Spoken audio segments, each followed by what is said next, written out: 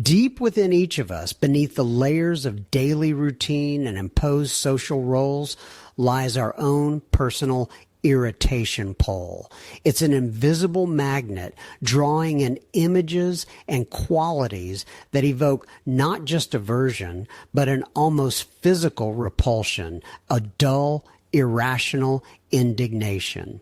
Is there someone in your life whose mere image or mention can trigger a wave of deep, almost physical disgust within you?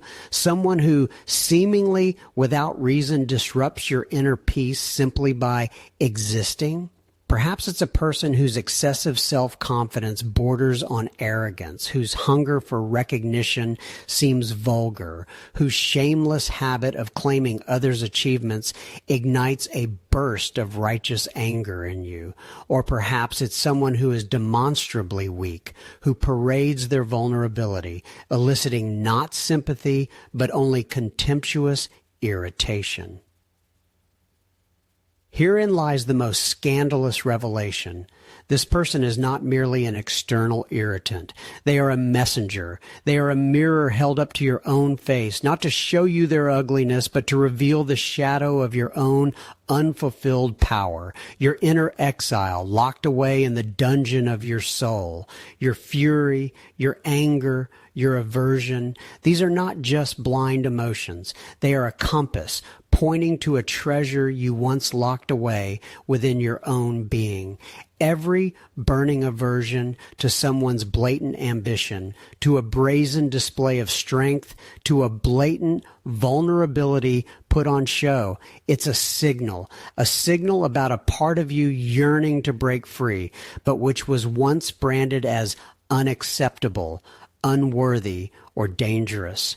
The real mystery isn't why they behave that way, but why their behavior specifically resonates so powerfully with you. When and how did this external, repulsive image become your own personal, deeply hidden exile? What exactly about them triggers such a storm of emotions? And when, at what crossroads in life, did you first realize that qualities that could have been your strengths, be it ambition, the right to make mistakes, healthy assertiveness, or even defenseless sincerity, but it became taboo for you, something bad, shameful, or dangerous?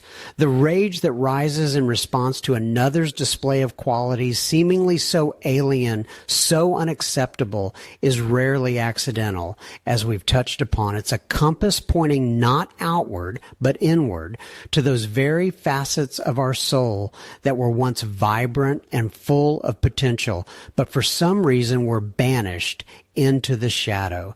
But when and why did this happen? There was a time, perhaps so long ago that the memory has faded, replaced only by a vague sense of loss, when you first learned the true cost of expressing yourself. It wasn't a declaration carved in stone, but rather a whisper seeping through the cracks in a nursery door, or an unspoken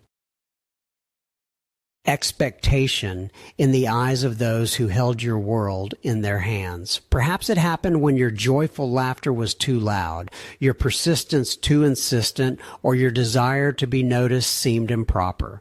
Then, in those tender years, before the soul had grown the armor of a social mask, you began to internalize the unspoken rules of tribal survival.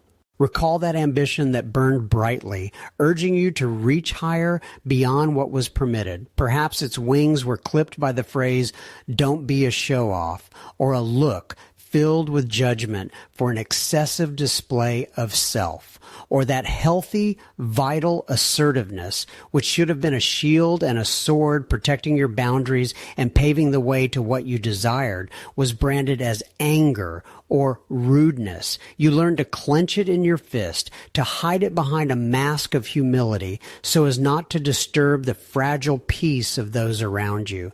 And what about the right to make mistakes, that invaluable privilege of being imperfect, to explore, fall, and rise without fear of judgment? Perhaps every misstep was met not with compassion, but with reproach. forming the conviction that a mistake is not a lesson, but a shame to be avoided at all costs. This laid the foundation for perfectionism, which seemingly leads to success, but in reality becomes a jailer for spontaneity and naturalness. And finally, vulnerability, the tenderness of the soul, the ability to feel deeply and openly, to be seen in your true nakedness. When tears were met not with comfort, but with a call to be strong. When sincerity seemed like weakness, and openness an invitation to pain. It was then that you understood that true self-expression, with its imperfections and wild power, could be dangerous, shameful, or simply unacceptable. This is how inner exiles were born, those parts of your soul that were forced to leave the light of consciousness and take refuge in the shadows to ensure your survival and acceptance. They didn't disappear. No, they are merely waiting for their moment, preserving their primal energy like an unpaid bill that will eventually come due. This process of exile, this bargain with yourself for security, became the cornerstone of the persona you present to the world. But what is the true cost of this bargain? And what happens when the exiles begin knocking on the doors of the subconscious, demanding their return? If in our previous reflections we touched upon how a strong aversion to another's traits becomes a personal compass pointing to deep, exiled parts of the soul, now it's time to look at this phenomenon more broadly, for these are not just isolated sparks of irritation, but reflections of a universal law operating in the depths of the human psyche. Each of us, to a greater or lesser extent, carries within us our own invisible inner exile, that part of ourselves that was once rejected, suppressed, locked away behind 7 locks of consciousness. This exile is not physical but metaphorical, echoing an ancient fear embedded in our collective unconscious, the fear of being banished from the tribe. In archaic times, this meant certain death, oblivion. Today in civilization, this instinctive dread has transformed into internal pressure, forcing us to cut off parts of ourselves that seem unfavorable or dangerous for our social survival. We banish from our inner world ambitions once ridiculed or sincerity that once brought pain. We hide the right to make mistakes beneath a veneer of perfection and healthy aggression behind a mask of politeness, believing that this is how we achieve security. But this security is illusory. The exile do not disappear. They merely retreat into the shadows, accumulating power like the energy of an unpaid bill that will eventually demand payment. And the longer we delay, the higher the stakes.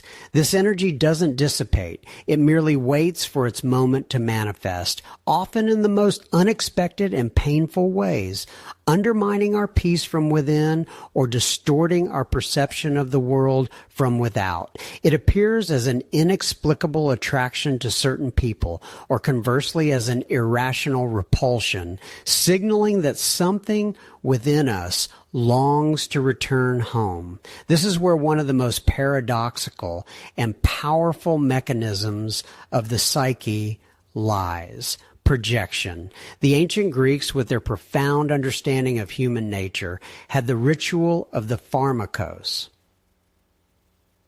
In times of deep societal crisis, be it famine, plague, or war, they would choose a person, often an outcast, a stranger, or a criminal, and in a symbolic act, burden them with all the vices and sins of the community, all of its collective shadow. Then they would banish or even sacrifice this person, believing that all evil would depart with them and society would be cleansed. This ritual, however cruel it may seem to modern consciousness, was a powerful metaphor for collective projection. Society could not acknowledge its own flaws and weaknesses, its deep shadow, so it projected them onto one figure, getting rid of them and thereby illusorily cleansing itself.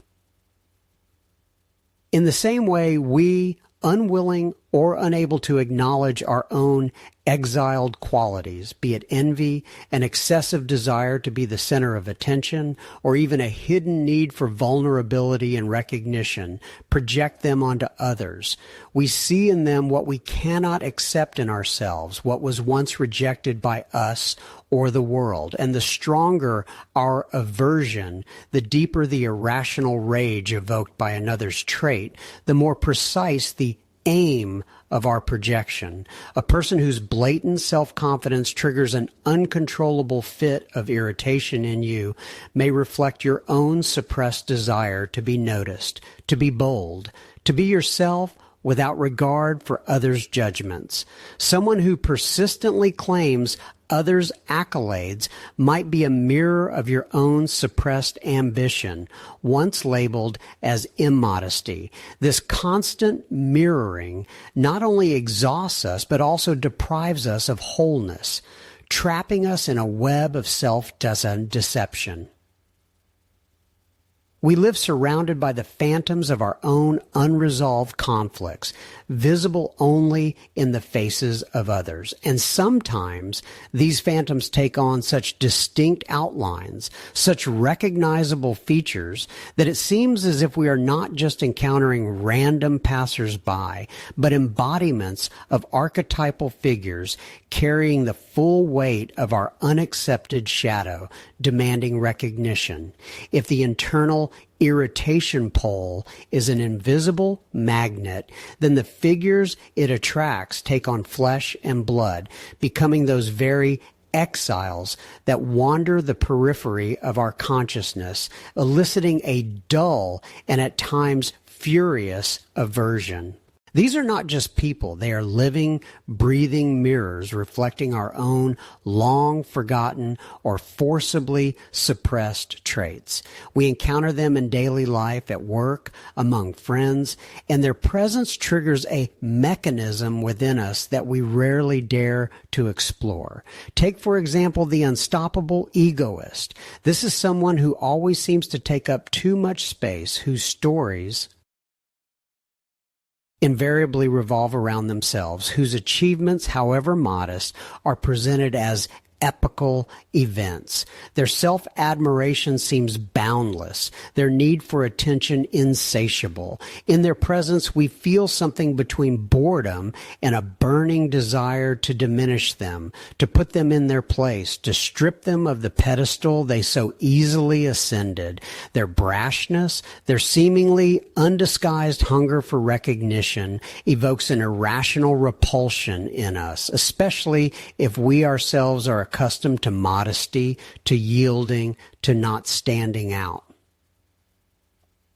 Or consider the eternal victim. This is a person whose life is a continuous string of misfortunes, who seems to revel in sympathy, avoiding any responsibility for their own fate. Their moans and complaints get under our skin, causing not compassion, but a dull irritation, a desire to shake them, to make them pull themselves together. We despise their apparent weakness, their inability to stand up to the world, their readiness to be crushed by circumstances, especially if we ourselves are used to being an unshakable pillar for ourselves and others, denying our own right to vulnerability. But perhaps one of the most vivid catalysts for inner rebellion is the carefree maverick. This is someone who seems to live without regard for rules, whose actions are chaotic, whose life is a continuous stream of improvisation. They are not afraid to make mistakes. They laugh at accepted norms. And most infuriatingly, they sometimes succeed where we following all prescriptions have failed. Remember Andrew. Andrew was not a bad person, but he was the embodiment of chaos. His workspace resembled a battlefield. His deadlines were always on the verge of collapse, and his ideas usually emerged at the last minute, being either brilliant or absurd. He could be late for an important meeting, forget key documents, but then, with a disarming smile, he would deliver a solution no one else had seen. My colleague Irina, meticulous, punctual, flawlessly organized, suffered almost physically from his presence. Every time Andrew, relaxed and unperturbed, miraculously got away with it, her face contorted into a grimace of aversion. "How can he?" she would whisper, clenching her fists. "He's destroying everything we're fighting for. It's unfair." Her righteous anger was almost palpable. It was directed not so much at Andrew as at what he embodied: freedom from the shackles of order, the right to make mistakes, the audacity to be imperfect and still be accepted. What Irina had once perhaps exiled from her own soul to become perfect now appeared to her in Andrew's face, causing agonizing, inexplicable hatred. These figures, these archetypes, carry more than just annoying traits. They are the guardians of our own suppressed aspects, those parts of us that we once deemed unacceptable and locked away in the dungeon of the inner shadow. The irony is that these very demons often point to our most valuable yet rejected resources, our inner exiles, those shadows we so diligently push away and project onto the world, hold far more than meets the eye. Behind every demon that so sharply catches our attention in another lies not a vice, but a distorted reflection of a valuable yet rejected aspect of ourselves. It is not a flaw, but a locked away power yearning for freedom, which we, under the pressure of the external world or internal fears, have denied the right to exist in our conscious self. Take, for example, the one we've labeled the unstoppable egoist. Their audacity, their brazen drive to be the center of attention, their apparent self-infatuation, all of this can cause burning irritation. But if we look closely through the veil of projection, behind this mask hides a powerful, life-giving energy. It is the right to be seen, to have ambition, to possess healthy self-worth. By exiling this egoist, we forbid ourselves from being noticed, from asserting our interests, from shining our own light. We deprive ourselves of the opportunity to take our rightful place in the world, silencing the voice that could declare our achievements, desires, and uniqueness. We deny ourselves the right to recognition, to success, to be the center of our own universe, rather than merely a satellite in others' orbits. Or consider the eternal victim whose feigned helplessness and constant complaining evoke repulsion. In this image, as in others, lies an unclaimed truth. Behind the facade of apparent weakness lies a deep capacity for empathy, for true vulnerability, for accepting human imperfection. By rejecting the victim within us, we block access to our own sensitivity, to the right to feel pain, to be tired, to need support. We build a wall against compassion, both for ourselves and for others. We forbid ourselves from being imperfect, from asking for help, from acknowledging our limitations, thereby cutting off paths to deep, authentic connection with the world, based not on superficial strength, but on sincerity and mutual acceptance. And what about the carefree maverick, the one whose chaos and unpredictability so strongly throw us off balance, as it did with Irina looking at Andrew? Their seeming irresponsibility is just a distorted reflection of freedom, spontaneity, and creative disorganization. By exiling this maverick, we deprive ourselves of the right to make mistakes, to improvise, to step outside rigid rules and expectations. We shackle ourselves to the iron chains of perfectionism and control, fearing even the thought of straying from the intended path, taking risks, or trusting our intuition. We lose access to a source of vibrant, unpredictable energy that could bring novelty, lightness, and true inspiration into our lives, allowing us to dance to our own rhythm, not march in someone else's formation. Thus, every vice banished to the shadow does not disappear. It merely changes form, becoming an invisible anchor, holding us back from the fullness of being. We pay a high price for this exile. We deprive ourselves of access to inexhaustible inner resources, to the ability to be whole, to the right to authenticity. And in this self-rejection lie many of our invisible barriers and recurring failures, manifesting where we least expect them. Recall those figures that evoke deep repulsion in you, those exiles whom we, like the ancient Greeks, symbolically banished from our inner polis, attributing to them everything that seemed dangerous or unacceptable. The fear of becoming a reflection of these demons, those very unstoppable egoists, eternal victims, or carefree mavericks whose shadows we so fiercely projected onto others, often becomes an invisible chain shackling our most authentic impulses. This internal censorship, born from childhood experiences and the fear of rejection, forces us to make decisions that are not only disadvantageous, but openly sabotage our true self, keeping us captive within a carefully constructed yet emptying persona. Let's examine how this fear manifests in daily life, condemning us to suffering paradoxically similar to what we are trying to escape. How often, in an effort to avoid the label of an unstoppable egoist, do we voluntarily yield our positions, remain silent when our voice could change the course of events, or refuse well-deserved recognition?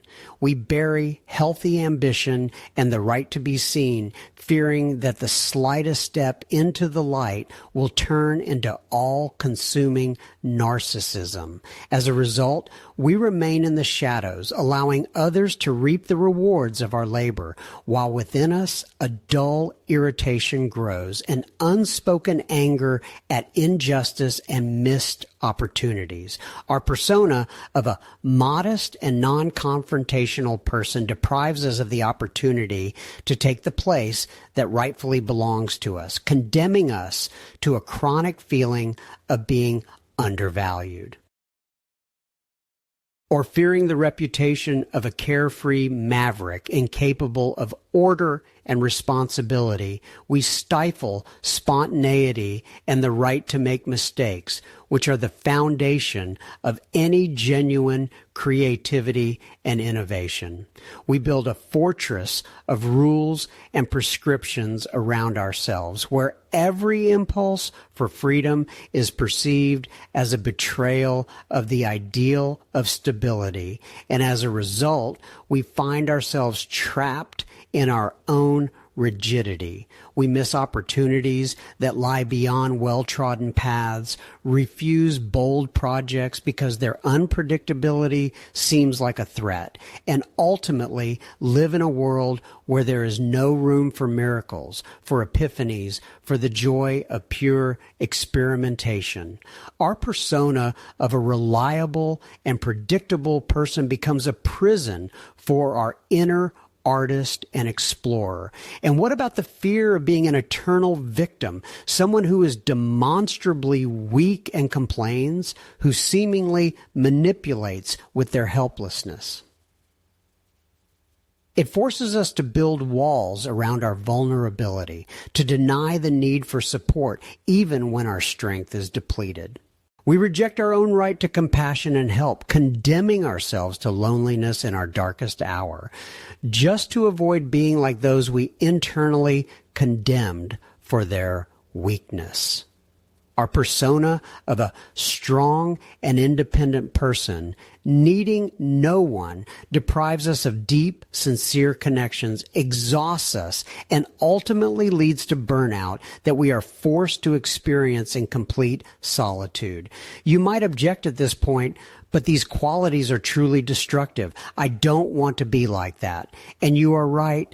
No one is asking you to become a caricature of these archetypes. The point is not to embrace destruction, but to reclaim those resources that were mistakenly exiled along with it. Ambition without narcissism, spontaneity without chaos, vulnerability without manipulation. These are the facets awaiting liberation.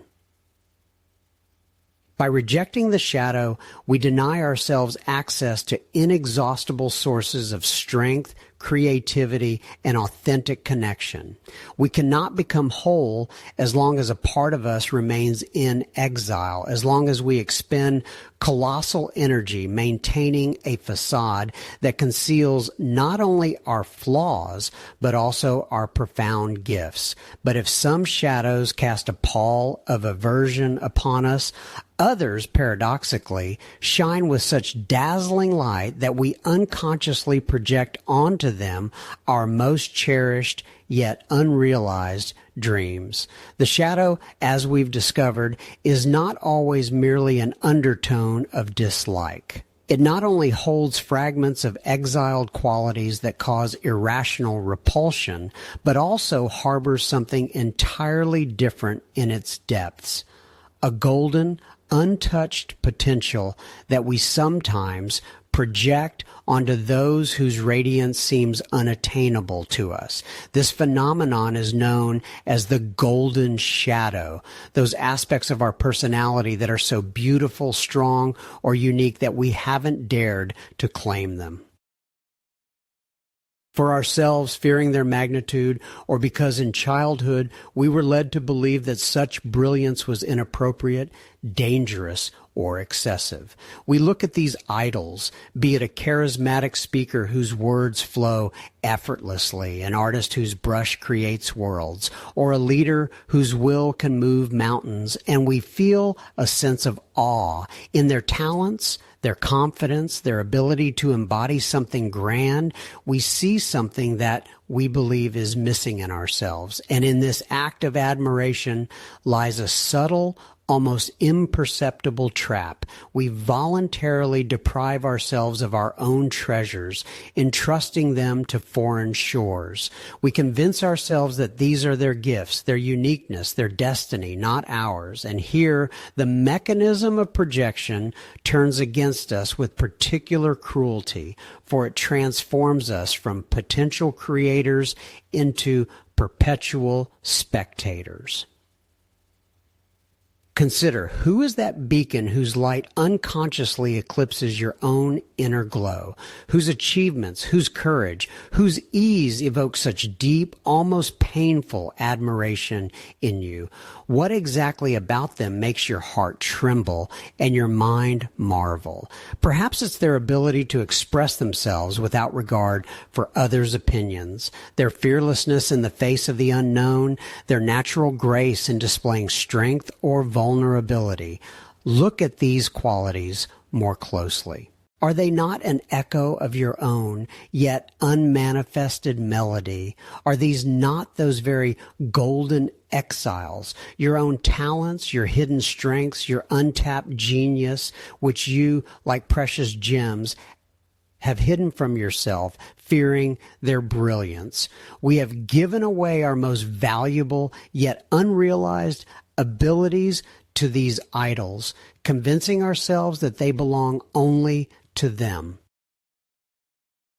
We have separated ourselves from our own strength, from our potential for creativity, for leadership, for deep empathy, for the ability to be free and authentic. And as long as these qualities remain projected outward, we are condemned to the role of observer, not participant, in our own lives. We admire, but do not act. We dream, but do not manifest. We desire, but do not claim. This process drains our energy, leaving us in the shadow of others' glory, while our own unique star awaits its moment to rise. Recognizing this is the first step toward reclaiming what was mistakenly exiled, no longer from fear of darkness, but from fear of our own light. We have long wandered through labyrinths of mirrors, gazing at reflections that persistently revealed the faces of our inner exiles. We recognized their whisper in irrational aversion, their call in an inexplicable attraction to another's brilliance. But knowledge not translated into action remains merely a shadow. The time has come not just to see, but to reclaim what rightfully belongs to us. For in every projection, whether repelling or alluring, lies not a loss, but a map to treasure. The truth at the heart of this reclamation is simple, yet demands a courageous gaze. There are no foreign qualities that evoke such a strong, consistent emotional response in us. There are only our own forgotten or rejected aspects, which other people, like master mirror makers, reflect back to us with astonishing precision. When we feel burning irritation at someone's brashness, we are actually seeing our suppressed capacity for healthy directness, for demanding our space, for asserting our own boundaries. When we are captivated by a celebrity's charisma, we are projecting our own unrevealed power, our golden exile, that potential that was hidden from the world out of fear of our own radiance. The return of power begins precisely with acknowledging this uncomfortable yet liberating truth. It is not about embracing others' vices, but about extracting lessons from them and reclaiming our own virtues, which may have been distorted by fear, shame, or others' expectations. It is not a masquerade, but an archaeology of the soul. I offer you a path that can guide you on this archaeological expedition. Over the next few days, immerse yourself in conscious observation. Choose one person in your environment, someone whose presence evokes a strong, consistent, emotional response in you. This could be an irrational irritation bordering on disgust, or conversely, an intense admiration bordering on worship. Don't rush to conclusions. Simply observe your reaction. Now that you have chosen your mirror, ask yourself 3 questions, answering them with utmost honesty without self-judgment. 1. What specific qualities of this person elicit such a strong reaction in me? Be as precise as possible. Is it his audacity, her carefree nature bordering on recklessness, his unwavering determination, her radiant, unyielding light? Write them down. 2. In what situations, at what stage of your life did you suppress or reject the manifestation of these very qualities within yourself? Perhaps as a child, you were harshly reprimanded for audacity, shame for carefreeness, or had your light perceived as boasting or egocentrism. Recall moments when these qualities yearned to emerge but were kept locked away.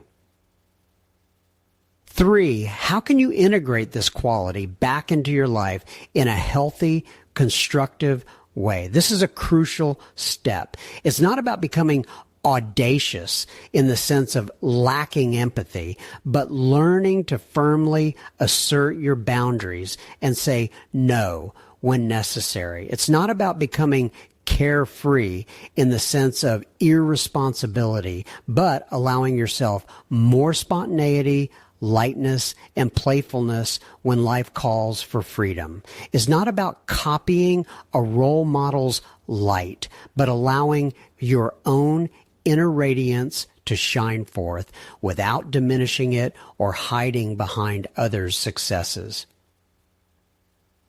This process is not just an exercise, it's a sacred ritual of reclaiming parts of yourself. Each time you consciously reclaim one of these exiled traits, it's as if you're stitching a torn piece back onto your soul, restoring lost connections. You become more complete, more powerful. The energy previously spent suppressing these qualities or unconsciously projecting them onto others is now freed, becoming available for creation. Imagine how much strength you expended keeping these parts imprisoned.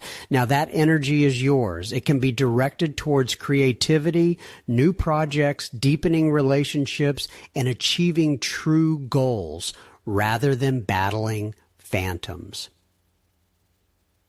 And when all these scattered fragments that you've long hidden or cast aside begin to coalesce, when the exiles return home and find their rightful place within your inner empire, something new emerges.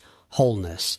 In this newfound unity, not only your true strength, but also your true path reveals itself, a path previously hidden behind a veil of projections and fears. For only when a ship has its full crew, with every sailor in their proper place, can it truly set sail, not just towards the horizon, but towards its true destiny. And this journey, this course, charted through the open seas of your own soul, leads to a profound transformation, not only of your inner map, but of the very landscape of your being.